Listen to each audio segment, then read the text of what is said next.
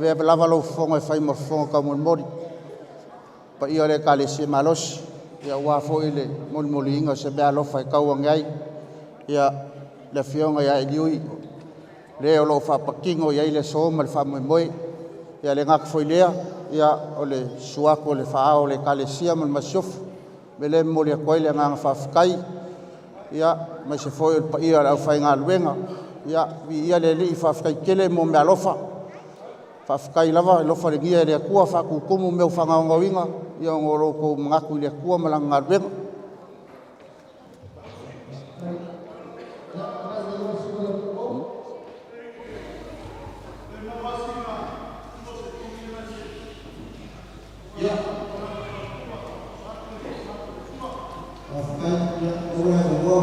ngoro farol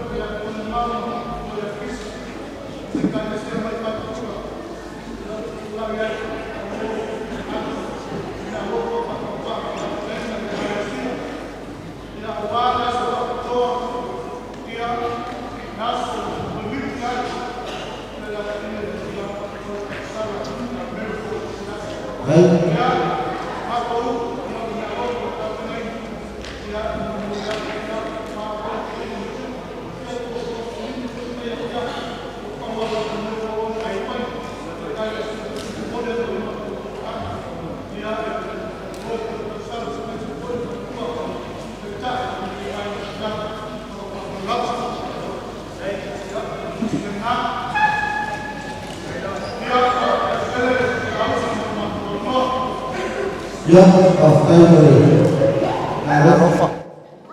Stai mulimuli o na whaumatu leo mato upu. Whaftai tele. Ia el manatu fo ile. Ia miracle ma le whamue moe le so. Ia au te walau atu ma le awa ma le whaloalo. Whe le au siwa au talavou.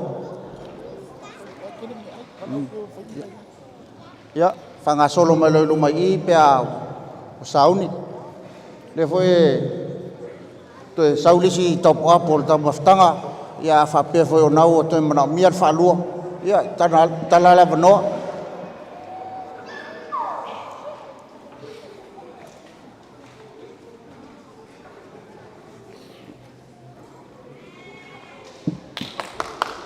ia masipasipati na naua sa vali mai tonu lau siwa malos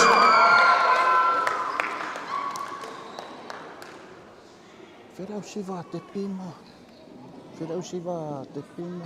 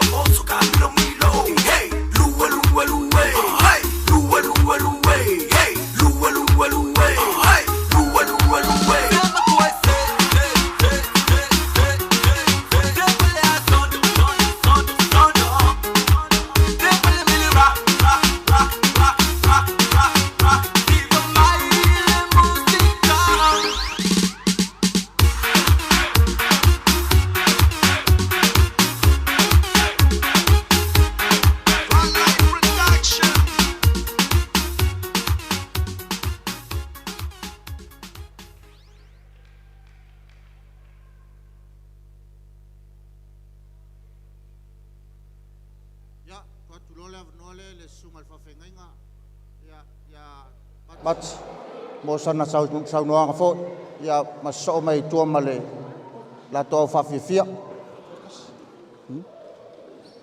oi ko le aira ko kas fa moli ko kasi lau si vale fa solo ko lau kalvo ia nga mai ai leo la ko ia nga fa solo ko ile lau sunga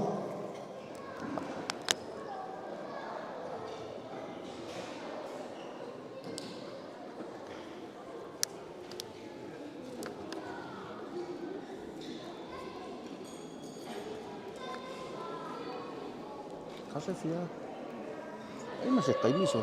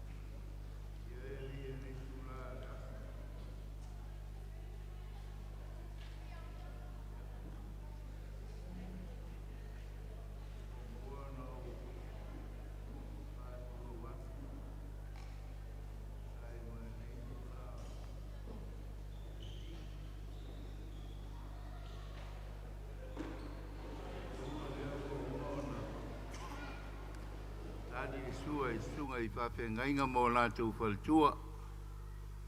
Te nane ian. Paia lasi le kālesia. Te nane ia le malulau walau lia. Solitude.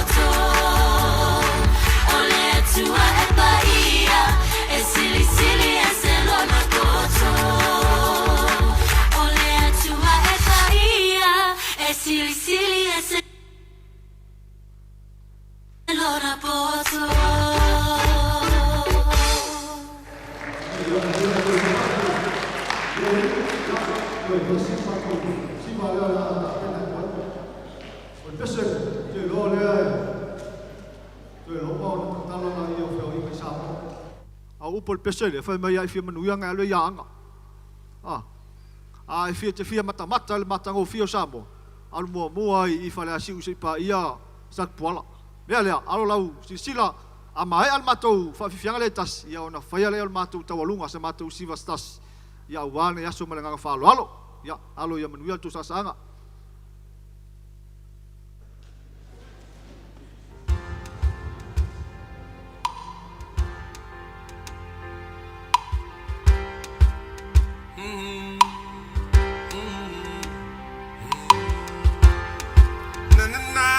Acca yan. Lalu. Pala malililan na pili may etena fa I na olalo enga tai na to at se so la ite pa se fo ilo to ole to e ina le to wa wa ina telele lo fa telling sele talo na le malu ele sa fico me lo to li o te langai o me wa e mo to fa tu wa o e mana to ina yo pune si o to li to malile fa so really mai ese fo so ile to ana se sweet to silo tilo fo ina lo nganga o matala umanota sa olo tolo ui tu malo tu pulanga anatula imaya ole tai milene yo tato e family falem se vai malu fili e oe lau fa susu ma wale vai follow ma le vai tipo ma wale best you fresh malulu ito fa yo le sai to see you me fanga ma le su ke so oni ta size tu so se me la voi tu fito ma fa ye mo ma la voi fale asi fa so really mai esse fo so ile tu ana se sweet to silo tilo fa na lo nganga o matala umanota sa olo tolo ui tu malo tu pulanga anatula imaya ole tai milene yo tato fa so really mai esse fo so ile tu ana se sweet to silo tilo fa na lo nganga o matala umanota sa olo tolo ui tu malo tu pulanga anatula imaya ole tai milene yo tato ulinga ali ima fai pule amata mai mga manuia ima wale tofa ale tu feel funny uma fia ya to aloto tu mauleta talo manuia uma faiva ola pule tonu e fai so ose tonu mo time ma ainga fa so really mai esse fo so ile to ana se sweet to silo tilo fo na lo nganga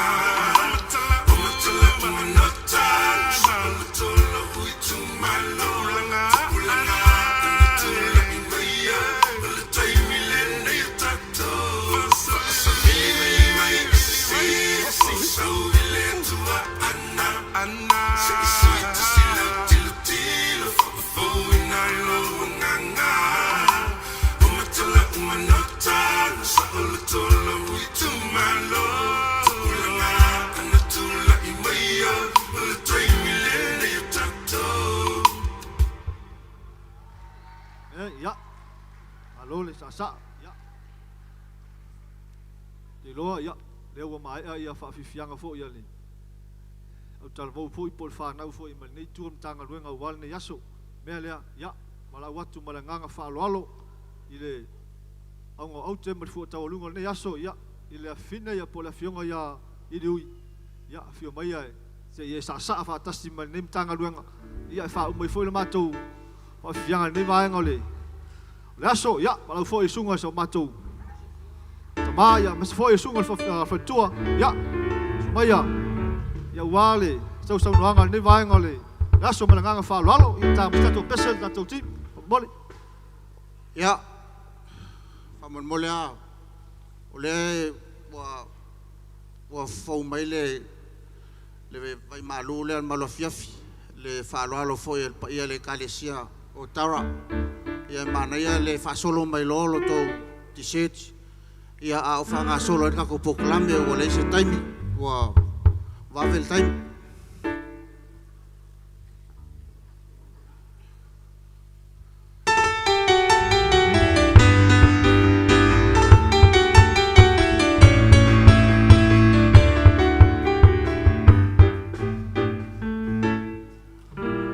ya ke mga koe a o fa nga solo le t-shirt ia pol ma au fo in ia fiafi ia o ke mga kuara o loa sa ufam kalanga di keke ia o nga wale se kaimi wa vave fo le malu mai le fiafi au ke mga ku ia e ui lava o le fame moe pakingo i le fionga ia prophet ia ke valawa kumale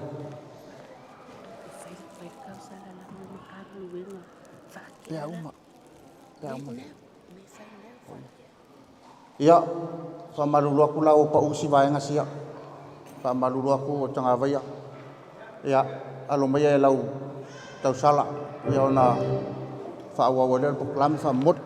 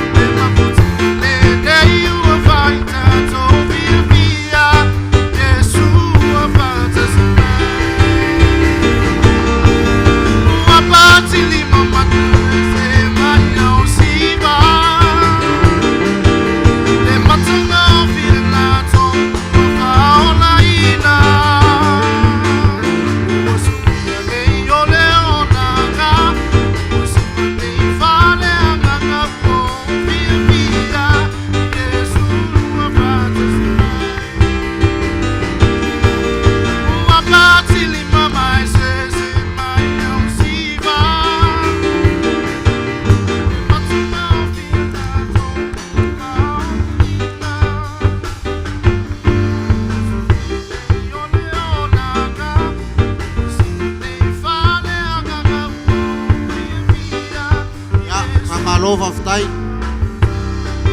lau sunga tanga vaia lau fionga tau simtanga ruenga ia al taimineo vala watu le kalesie o tara ia molatu taolunga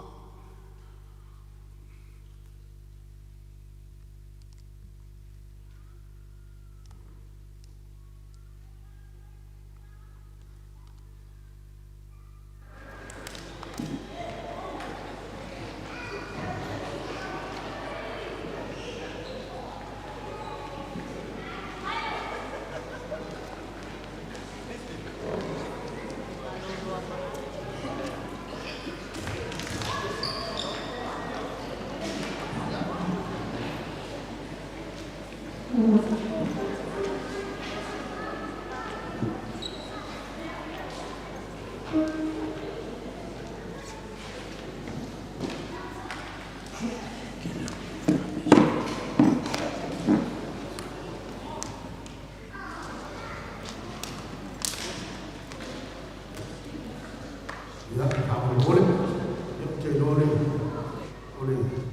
foi leo fai ngā mea le ni yaso. Ia, wala watu le tātou e kālesia. Ia, tau walunga ia le tātou whaafiafianga le ni yaso e whengtale. Se su mai o tātou mātua te tai. Ia, e maiso le aunga o auto i le so. Ma le whaamoe moe. Ia, alo maia, tātou e kālesia. Ia, o le tātou tau walunga lea.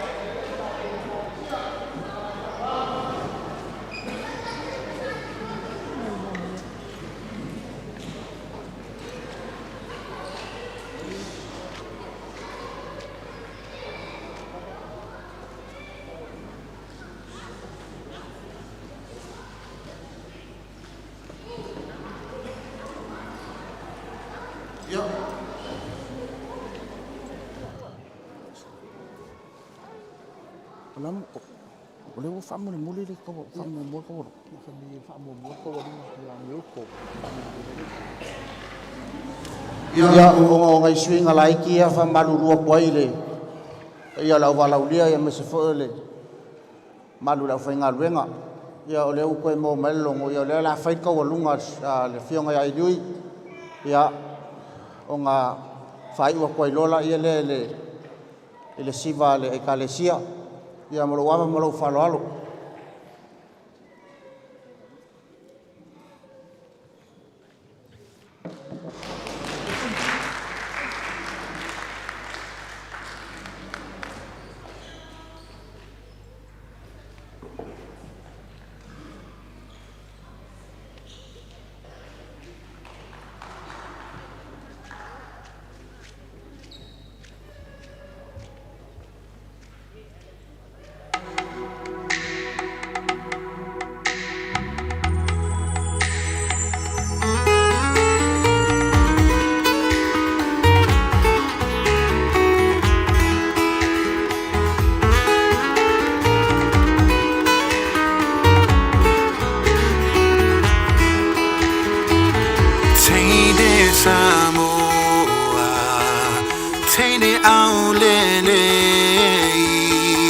Your beauty rises like the moon from night to day. She's clothed with glory, honor, love, and grace. Happy is her See the radiance on her face. Taine Samoa, Taine Aulene. Your beauty rises like the moon from night to day. She's clothed with glory, honor, love, and grace. Happy is her, see the radiance on her face. Oh, say, my Laia, let the world come and see. For out to behold her beauty and majesty. Let the earth crown her with glory. Let her hands tell her story. Taina Samoa, you are beautiful in every way.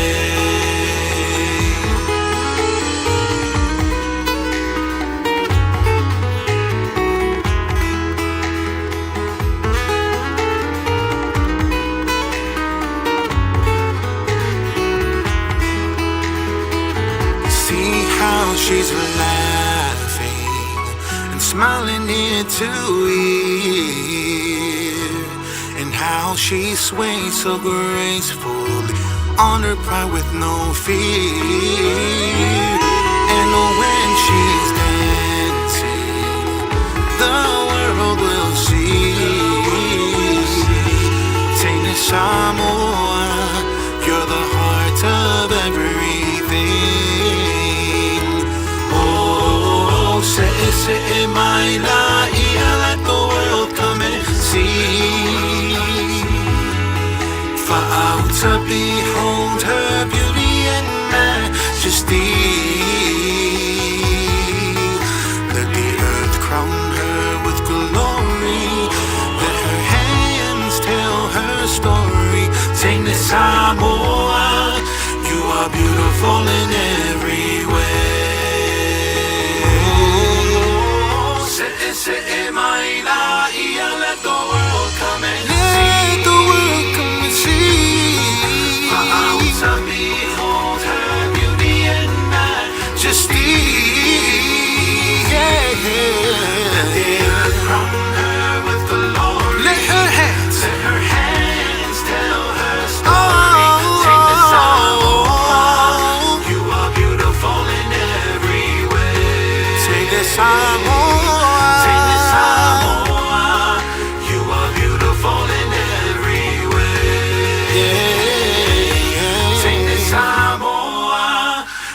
Beautiful in every way.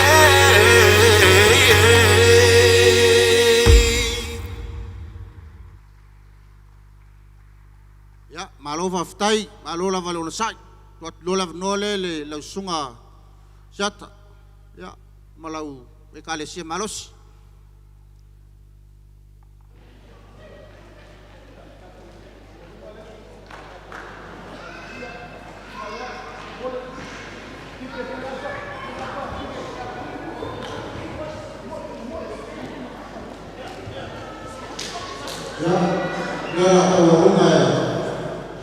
Kalesia Paul tato afiafi ia Paul famoe fo ia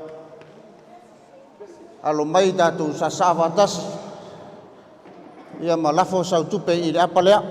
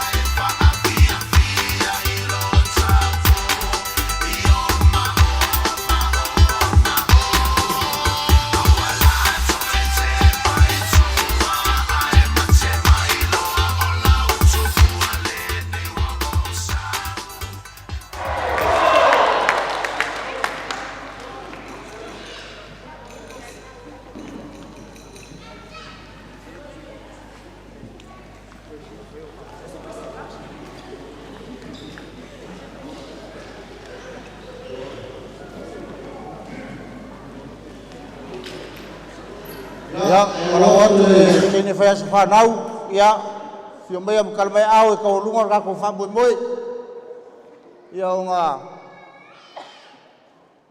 faham umai leo aku ngaluin ngan ngeyas. Spesial.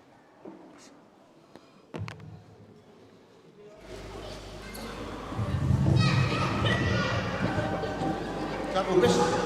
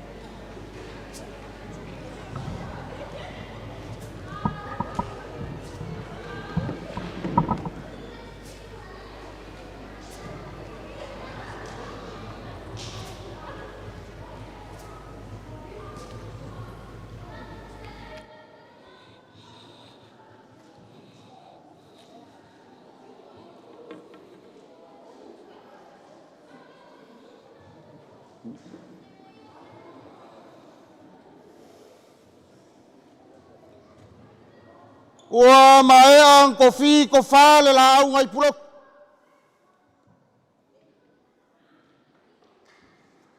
Ai maape la awa male ko sa vea ngai fale ula. Ai kalo lua la awa kunga mfaka ngai kulim kala. Awa wa uli falau fa mo le so.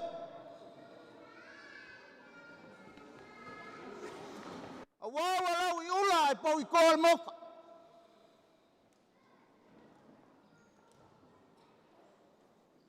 Male la manga wa whakawai. Inga ua ka oko pongar kiki lava koa. Ai ofa foka pongar kiki pai vai ligi ngā fuai kongar malo safok. O leo la leo ke la fuai le kaula I vasa.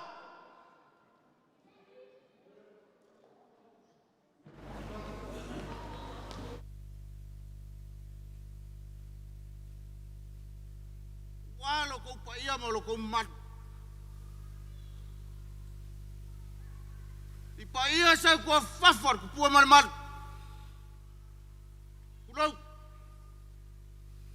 Kulo ngaya pa iya le au fai ngal wenga. Kulo la sunga leota. O le sa kun tang yolo le so. Wal fa boy boy la fionga ya liui.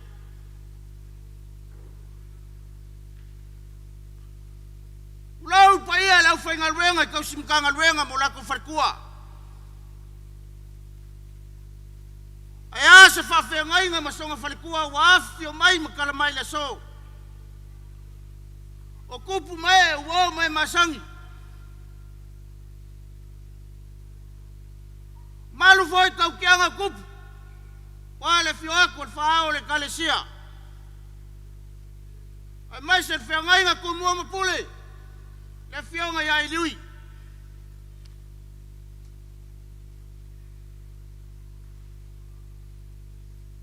O sa ngā wa pa ia. O whengai se ngaula. Ao se maa ngā whawha ngalu.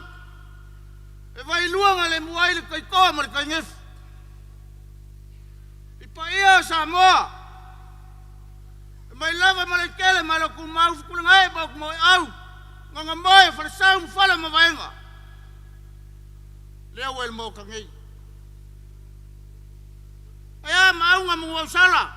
O ma lea ma vai koe lau. O vai tanguku ma le pea ma lalo ngā fuafua. Lea uka oko ma oka le foko Samoa. E fio ele fionga iai diui. Ea fui faku ma vai kukou ma kia i ku au. Fale koi ma vai loa. E papa kulaka uma pa ia. Ile malai fingau. E fio ai le fionga iai liui. Ai fasau ai lau ngā ausi le kuaku. Ainga ngā ngofu. Ainga papa. Ainga kupu. Ainga ka whaiwha. E popo ama maluia.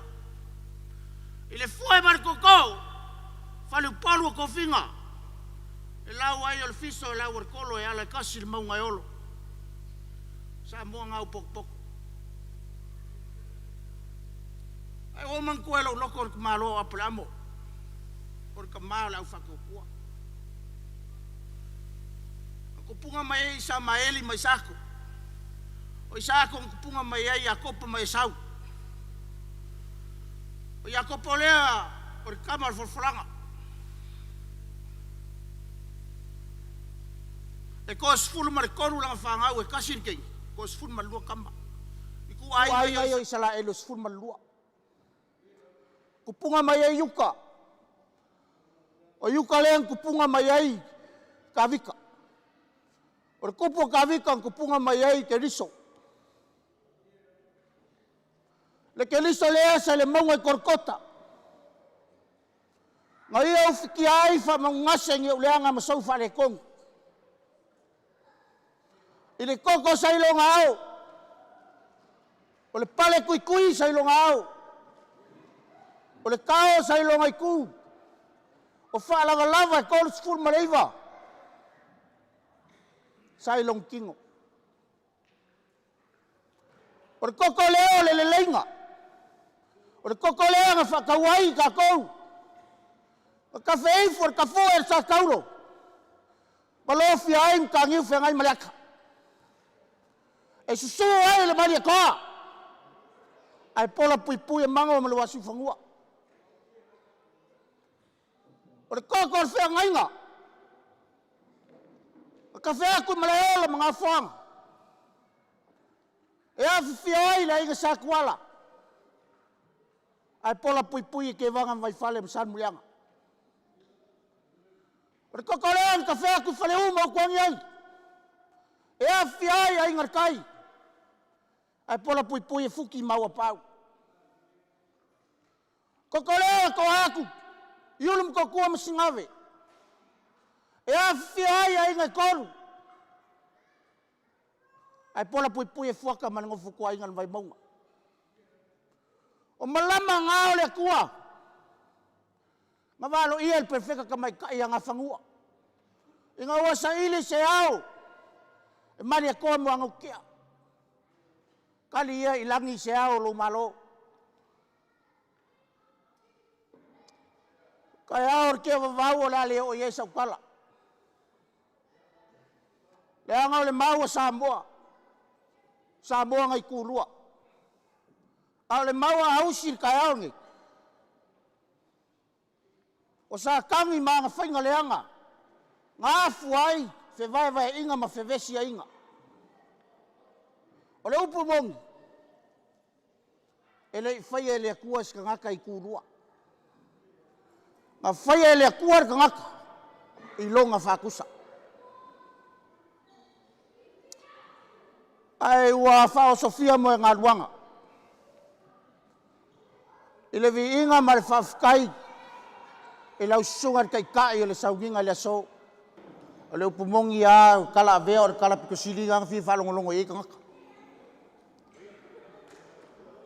O se sa wha mai mau, se lengi a se mea lofa, mo le fionga ia iliui,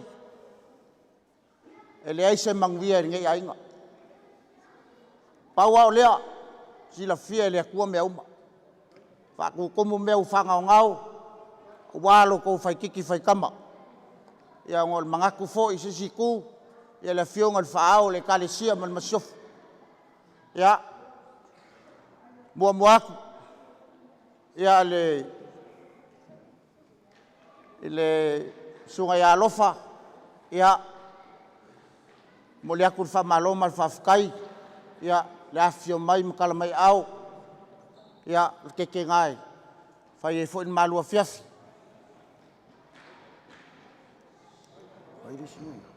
Wairisi kangaka e sengai.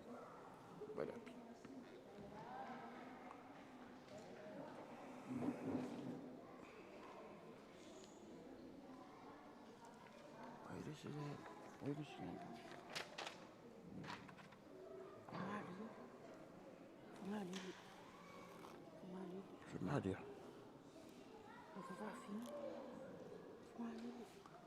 Ya, sungai ya ime ma lia bawa. Kira wa aku I si bayang sia. Ya, ke ak pe yen ke nga mol fo yes kai mut.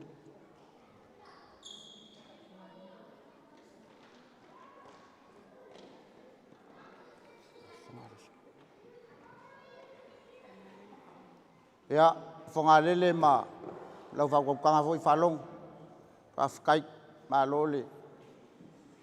Fa ko ko ngai yasu. Ya, ma lo fanga miracle. Ya wa foi se ma lu ngai fiaf.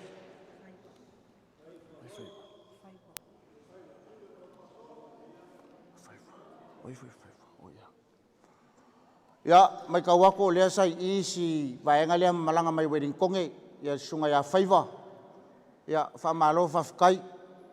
Ki ngā lava ka kal pe singi ya we pa au mai lava o ngol mangaku fo fa kala ulat. Le fionga fa au ya me se fo el fa mo liui. Ya ke nga ya maksinga ya ai fo. Ya le fio mai kala mai au.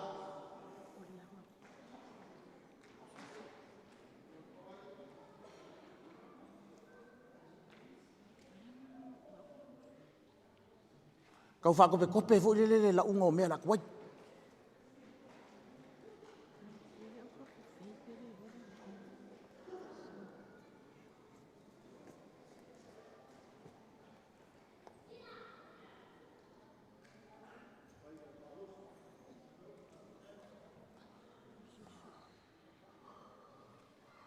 Ya, ole sungai au dianga.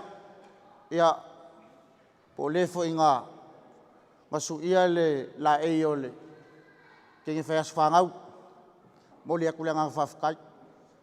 Ya fa a fo ai le ku le kalengi. Ya sanga fo ai le poko wa fo ile. Kalengi wa. Ka se fo la inga.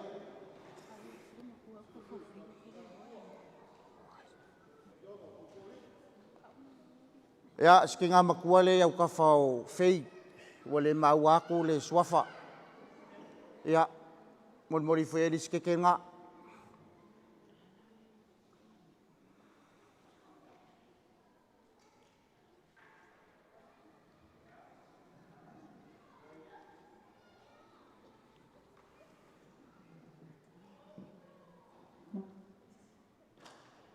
Coisinha que quer Ya, ese si va la uri okoi. Ke longa fa pe o misi en fayang koe fo yak. Ya, e foles ke nga le ekalesia i Otara.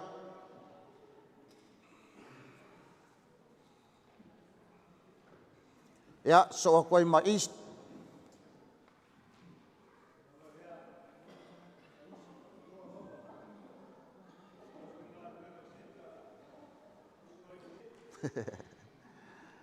Ia. Ia, ekalesia Papakula.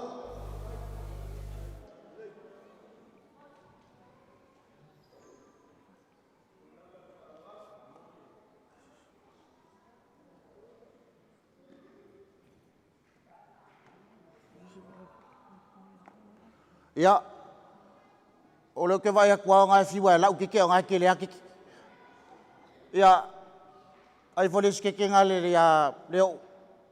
Ia, o le sunga fwoi le whawhengai ngai leo. Ia, leo koe mau fwoi ia e ka ua ia o le kausimkanga ruenga.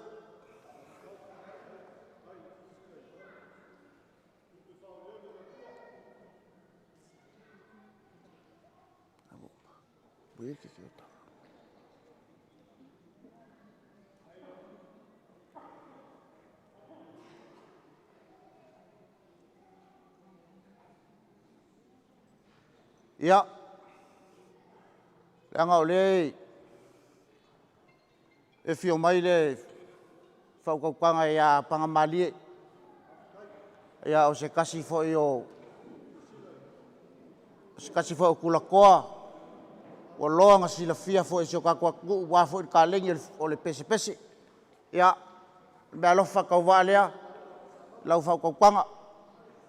Ia, wa fwoi le fio mai mkala mai au. Mo le kwai le nganga whaafikai. Ia wafo le whongainga o le pese malie o le aso. Ia, lau whaukapanga Pangamalie.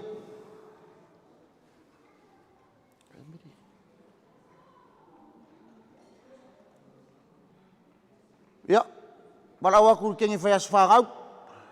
Ia, kula ia koe vai luar keke.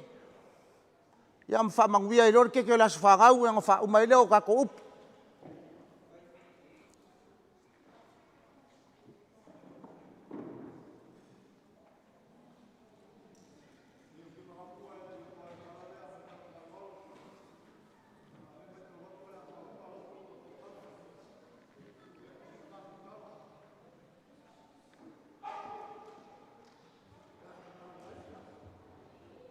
Ia.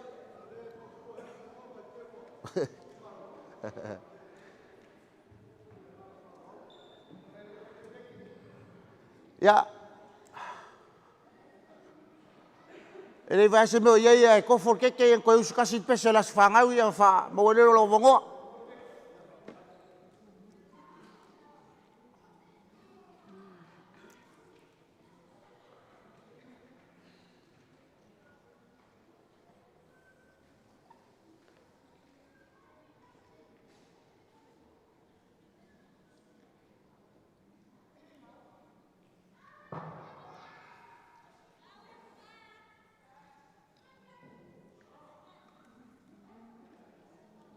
Ia, mai whamonganga ngā se lua.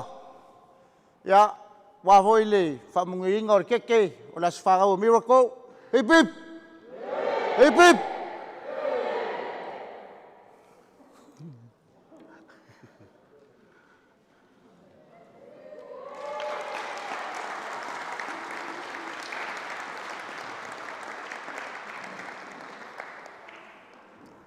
Ia, mā koe le koe iswam kalanga.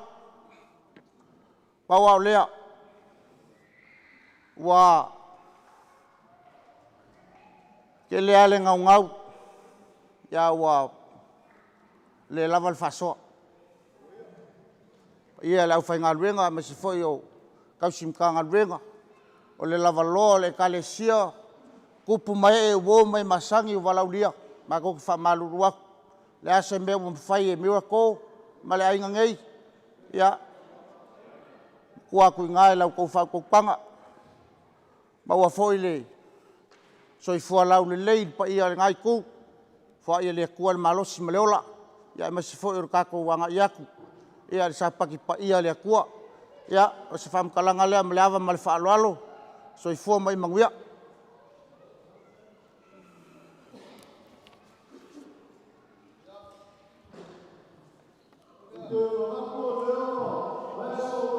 tanga I filin pasinga e pe o kalainga I fai lo lungo makafolau.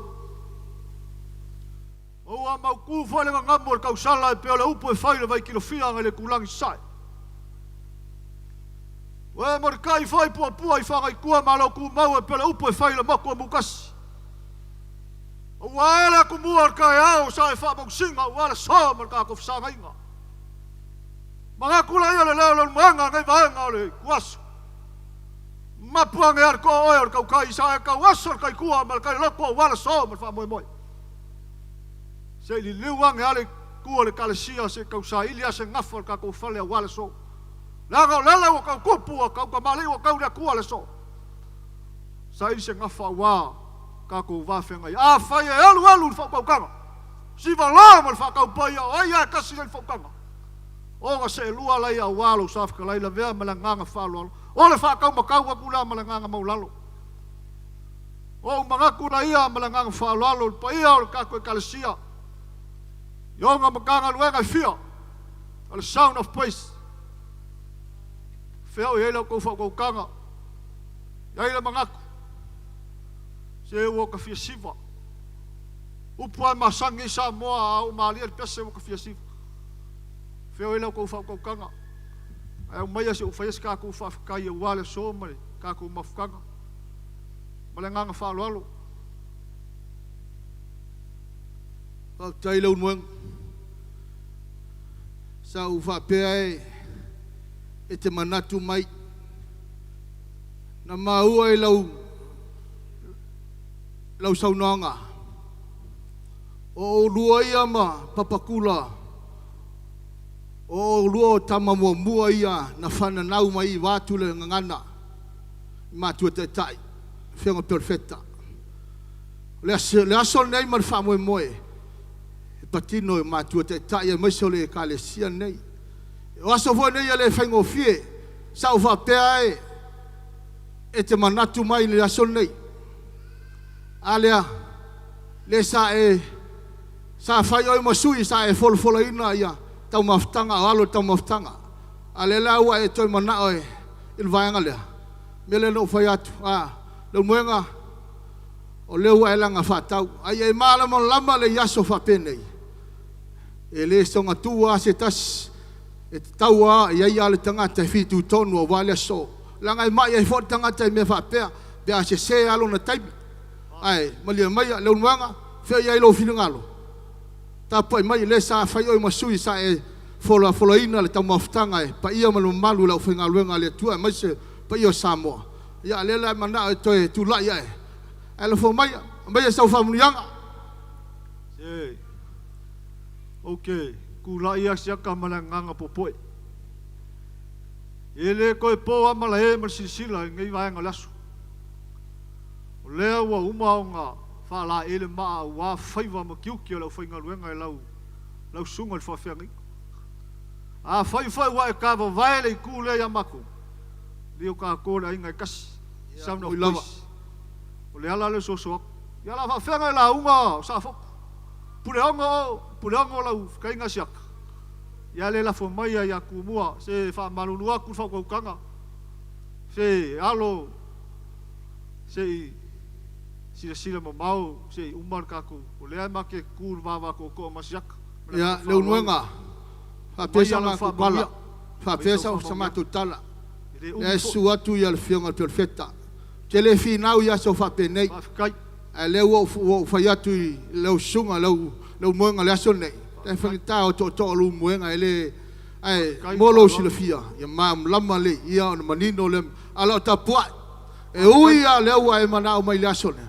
la tapua ai langa manatua langa wo bevela fala wa alu le aso fa ngase pa ia lo fenga luenga le tua ya mai se o matua ta le fionga perfecta ya ala tapua fa kai ya le malia lo tia yo le li mama vai ngai au alu ko pa ia bro ko malu o foi me kupu ngai ko ka ko vai ma ko ke ma ko fa lo ngai ko ka ko ainga fa kai fa lo sat langa oenga fa ye ku mua me le fa kai lo fa lo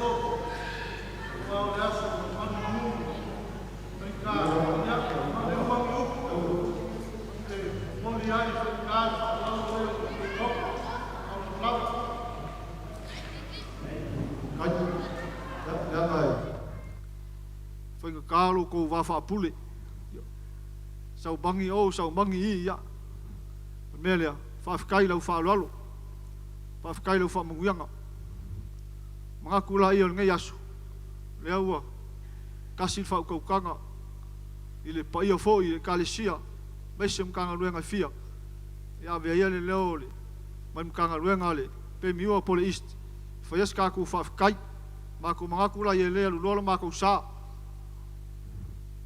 ya e me foi pa ia maolunga ngai ka ku valauria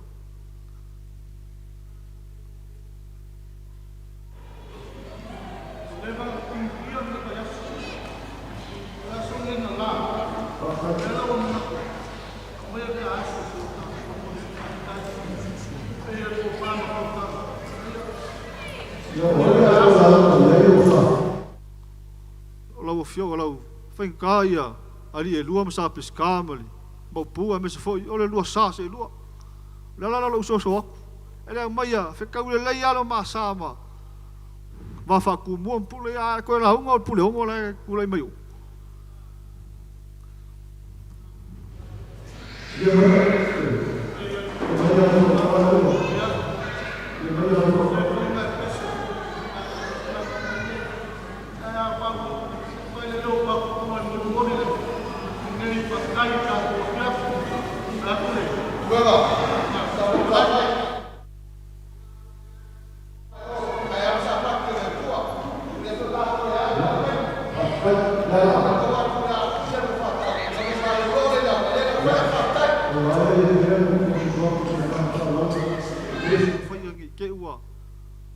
mangu ke ua ngungu ko au ufi pelo upo fai konga nge yaso ia ngale aila ia se fofonga al pai ale sunga kai kai usau nginga nge yaso e mesul pai la fai ngalwenga mai se fai ska ku kala e va ve fo ia o wele fai me umi pu ua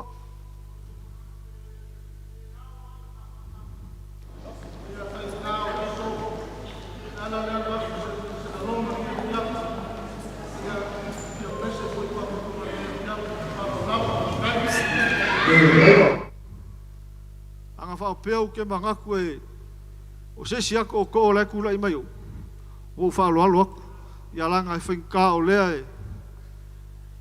ya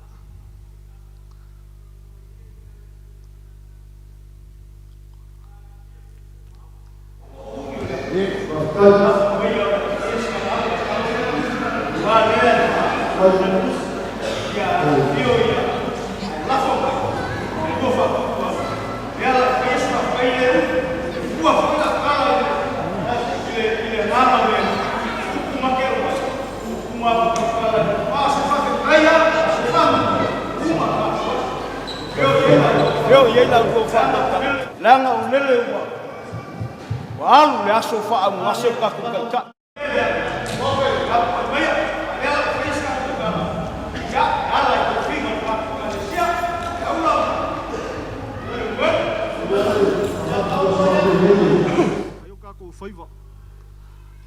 fai foi ai umi ngalu alu le siva loa mal fa ka pa ia fa pengi salanga umi langa wa mamalu ma wa mawalunga ka ko o kiu foi le ia beka a fai o fainga le o ka ko mea o nga fisiring ia la o fel fa ko kanga nga kofi sa mo le o asu fa pengi Prophet la le so aku lau sungale tau simatanga luenga tiona kasi le lua ale la ufa ko ngatu ale le ine yaso ina ia manuia mea uma ma tau no manuia tau mangu sa Resu atu matua te tai a malu fale malu fafo o lua ua tau o tausi matanga luenga tu lai le fionga pa ia le tua tala tu pa ia a fola e to te persua to sina wale a ngala nga luenga le tua melea la fo mai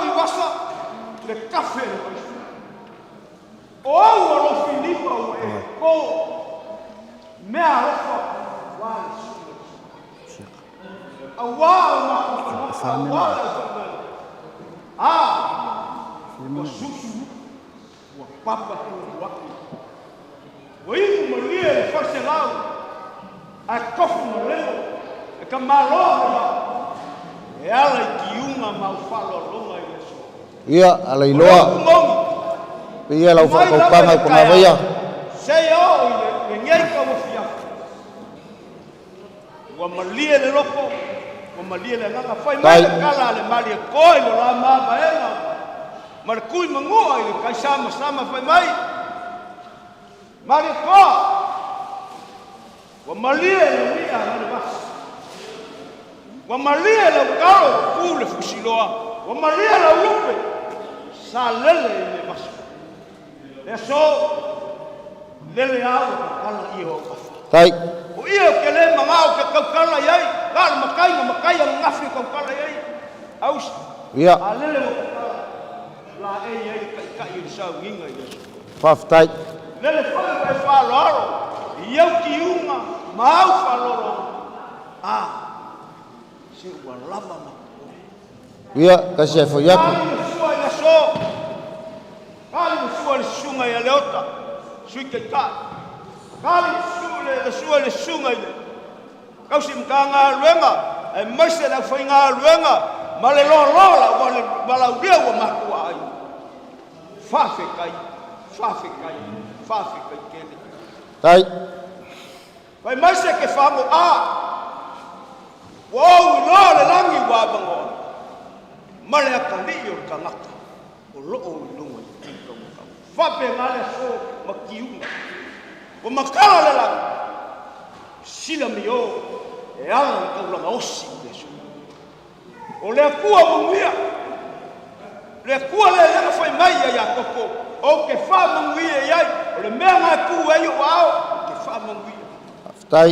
le so ma fa lo aro ma le kaulanga osi ia fa mungia le kua rape Tai, ie leli. fa ke kaiele e fai e kale sia fa ke kai pe leno le fai ngā fa ke kai pe leno se alo ia se fa lau e fa sunga lau au fai ngā luenga mai e kale sia fia fa ke kai o rau kou afio mai ma le su mai ma le kala au o maua luma e so e aso ni kaku koe fisila fai kaku ka kalo iei neni ia fa mangaku i folo ufu kasi maua i fo sei sia bangoa kaku ke koe fei lori e fai e le o le asa sila profe ausi akua le kale sia le nei aso ka penganga mo fuafuanga ma kanga luenga Tai. se foi le senta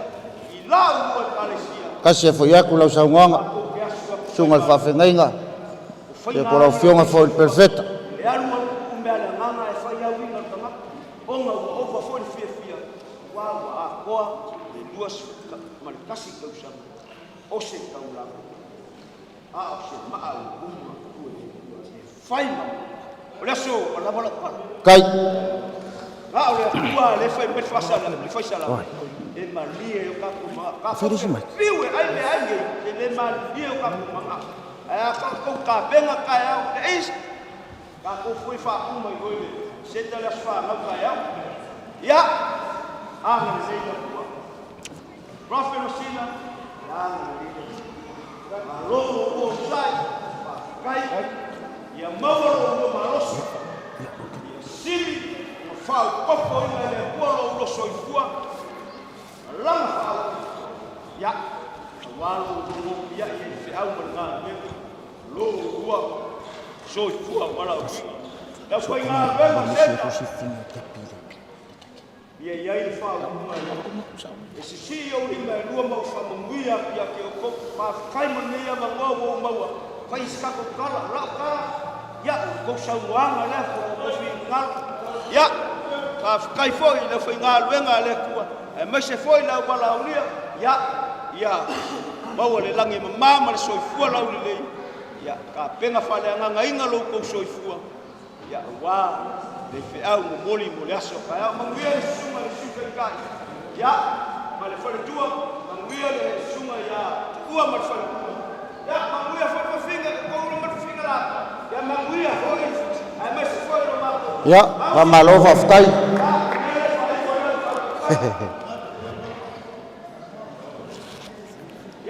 Whaftai atu ngā waia. Ya, whamalo saunoa.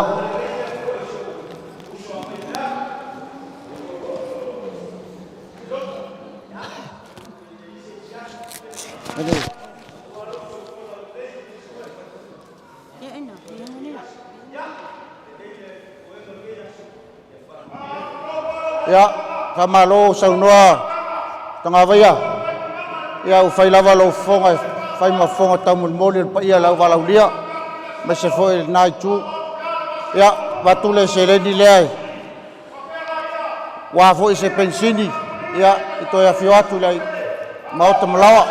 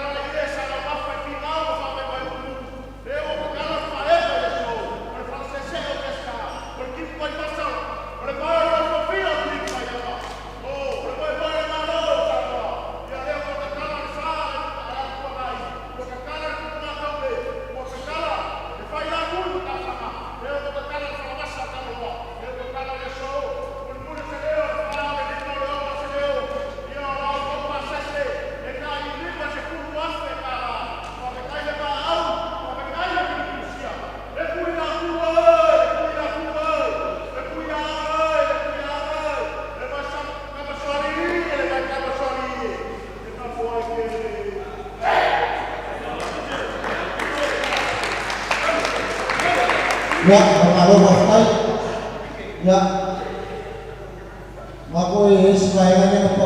Keke o ngai ngai vala ulia ele I maua ia pe ole tina ya tepi ya bak yeli si falwalonga ya wafo ile malua fiaf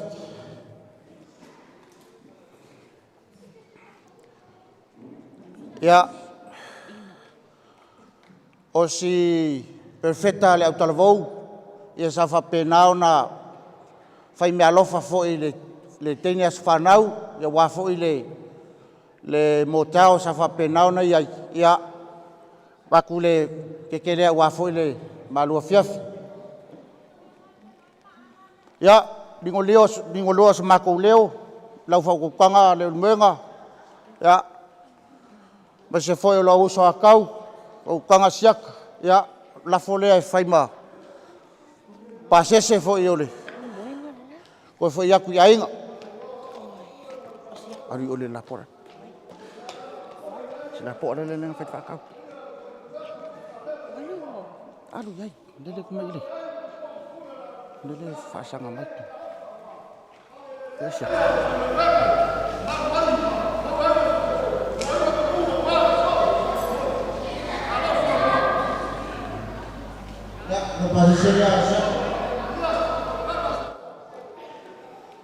kawa sembe kawangai ya wafo ngā ruenga sa fikai kunga ile so mal fa moi ya ke mingai ya la kwa kulo le fionga perfecta ya mo fa umanga ka wasu wava mo lo fa rolo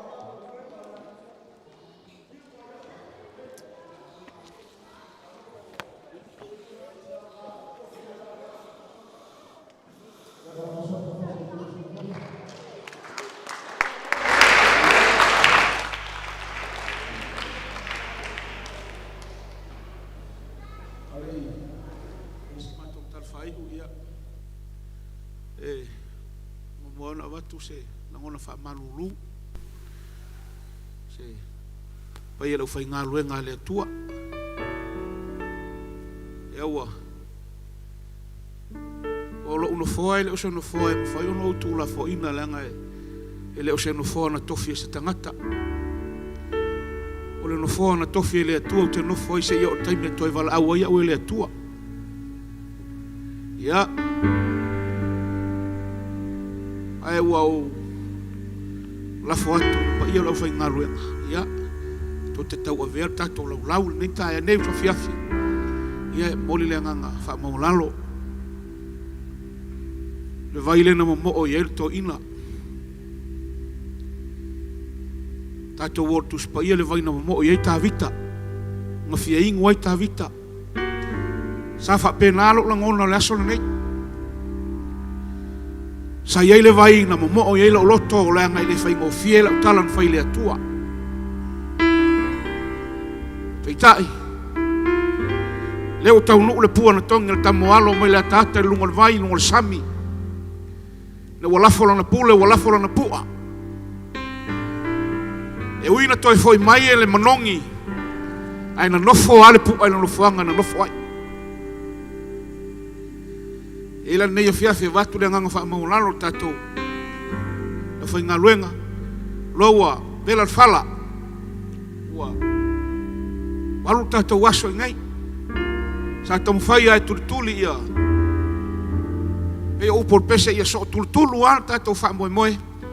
Ia ina ia ona ia se vai panoa e. Ia ai wilea. O le talo ia fale o le tua lo to finangalo le yaso man fa moe. Ma tu talo. Ia na tia ia fatu o le mai se sasi ma se fale ton. Ia o le leitu o le ainga. Ia ai tu watu lo finangalo fale tua. Ia o le amangalo ele ang sala le ainga le yaso. Ma tu talo fa malulu i tato o walaulia ia leu ta ape walaulia ele. Fa umarta tu waso. Le tule sa poi ai. Le tule sa tangi ai e fia inu le vai au iai mo le mau le yaso. Ia pangalea. Ia le ai le afaina e. E lo talitonunga. Ia to fatu na to fa le tua. La se le won le yaso tato por kalame mo fa moe ia. E talitonunga. Ia o lo malama o lo to ngalo fa le tua. Ia tato fa moe le yaso. Mato ngang fa ftai. Tato fa moe tato nu le yaso. Alo fa ftai. O se fa manu no atu fo tato ai ngai lua. Ia. E moni am fa maoni. E ta fa wa uso. Tato ia falo le tua la fo ia le yaso ia. Tato la fo ile tua me o le yaso mo fa moe. Matu talo la fa pupun matu talo te loa malulu matu talo ia fa manuia le tua o ia la fa ngaluenga sunga ta sauninga le yaso ia malol ta pena malol ngalue ia awale fa moe pe ono tatu ia le yaso le wai tatu fa moe ia le o watu le tua ma puatu le tua ia ta pena nga uma fa le nga ala ia on sauninga. Ia sa fa pena o fe ngai la sunga su te tai. Ia mo le tapi nei no tato fa mo ala sauninga o tato maftanga ni aso mo le fa malo fa tai tau simtanga luenga. Ia kalesia nga tai lea o tato sa malo au sunga fa fe ngai nga mafaltua o tato mafuta. Ia mo le nga fa tai. Fa tai o tangata mai ta vita o tangata o e manatu mai ai. E tal tulunga wa sila le li malo.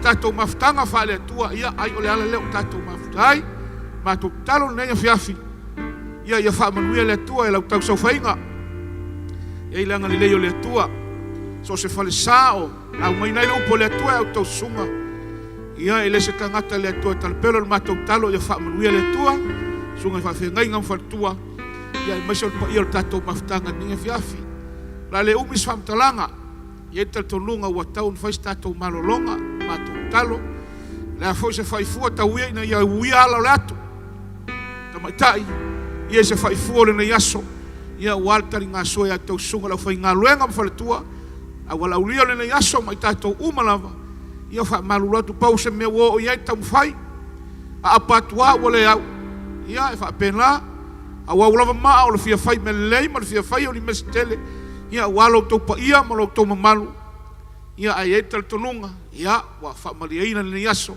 ono taulanga fa le tua ia tal tonunga malava me umata to te faia malu ai lalo fina ngalo le tua me umata to te faia ma to talo le ni fiafi ia fa ia le tua na tato o fa salau pe ona ia tato e tivai ia po uso ai ia o le tivai ia po la wali fo ia le to silafia ia sa pese ai fo ia la fina ia mulako sa onga fo ia moni ia maese ia whaafutai leo toi au ngā ia o toi au ngā i whaamoe o nei aso ia il matu talo ni fiafi ia ai le foi la tato talo fai ia o te val au lava man fa alo man fa male fa maulalo male nganga vai vai ia wani meo le yaso man tato mafutanga sua tu tai au te fofo alo manu fa le nganga sua tu tai au fer tato mafutanga yo taula ala watu man fa alo tato kalesia tato mafuta yo tato fai uai me fa le tua au se me fa le tua mo tato o me yo me tino tato te le atia e al malo le tua me ngai o me tino ia avanoa tai au ia lai matala tato fale ia tato fa tasi tai au fa mo le tua le sunga ya selota me faltua fa mo le tua le kalesia me le tua sunga ya mati mo faltua fa mo le tua ile e kalesia mo le tua tato nu kalesia il main o le istma pakura fa mo le tua ia fa mo le tua le fa ngaluenga malolo sa e tato nunga o leva na fita oto ia e fa aftai lo fina ngalo malama ni aso ia tato tapu e fa tasi ia fa mo le tua le tene o le aso ia angle le tua fa poponista usanga ia wala au nanga ile tua ia la tapu inga i vi inga o le tua fa manuia mai le tua ni fiafi ai la fa uma tato pala watu tato maftanga ana tato tutula ia le la fa ua tato se talo ia no tato malo lo ai le mo le yaso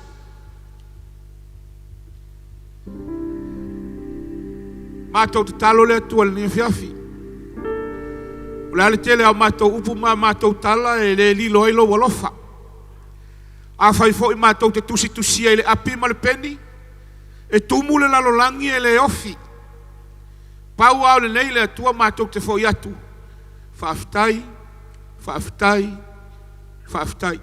mai lava le tai au se iau mai le nei tula faaftai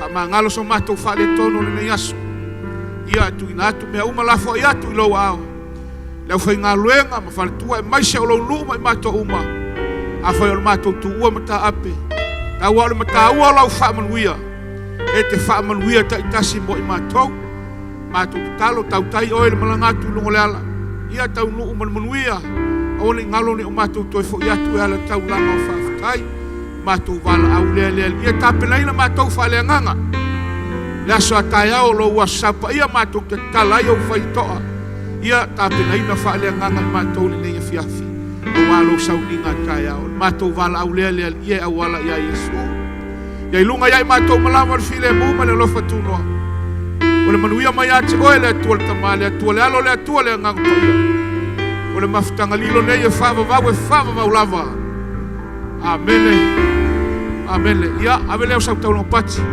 ia fai o ne fiafi ia tala filele tato felo ai fo isaso mua ia ono yesu faftai le lavale tato e pti le ia keke malas ia avel fale fa mo le fiafi faftai